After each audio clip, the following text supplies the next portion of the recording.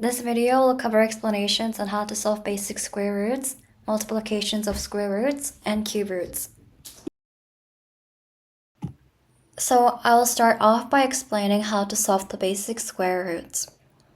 To understand the concept, we first must consider what of the two same numbers are multiplied to each other to create the number, for example, 9. In this case, we know that 3 times 3 is 9, therefore the answer is 3.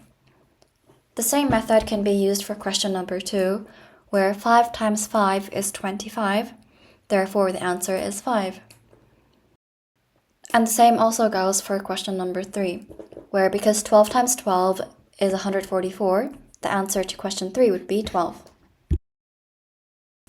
It's important to know or at least recognize square numbers because it makes solving square roots much easier.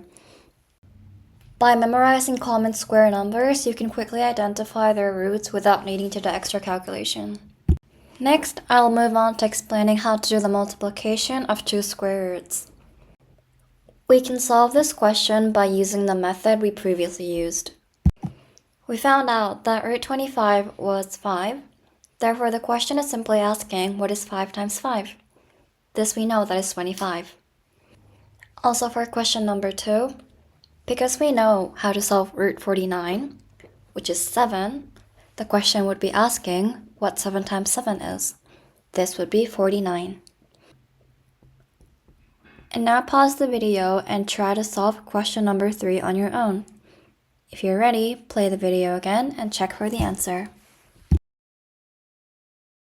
If you got 121 as the answer, that is correct. Now I'll move on to explaining how to solve cube roots. These are very similar to the way we solve square roots, just that now we have to consider what of the three same numbers are multiplied to each other to create the numbers in the root. So if we focus on the first question, first we have to consider what are some combinations to create 27. For example, 1 times 27 or 3 times 9. Focusing on 3 times 9, we learned that 9 is a square number of 3. So if we break down 9 into 3 times 3, we know that 27 is 3 times 3 times 3.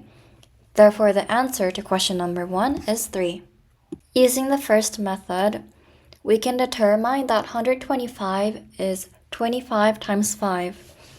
And because we know that 25 is a square number of 5, we can break that down to 5 times 5. Therefore, the answer is 5. Now on to question number 3. If we apply the same method we used for the first two questions, we can find out that the answer is 4.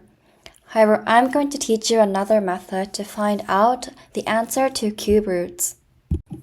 So if we focus on the first question, 27, draw a symbol like that, and next to it, write down the smallest prime factor, which would be 3.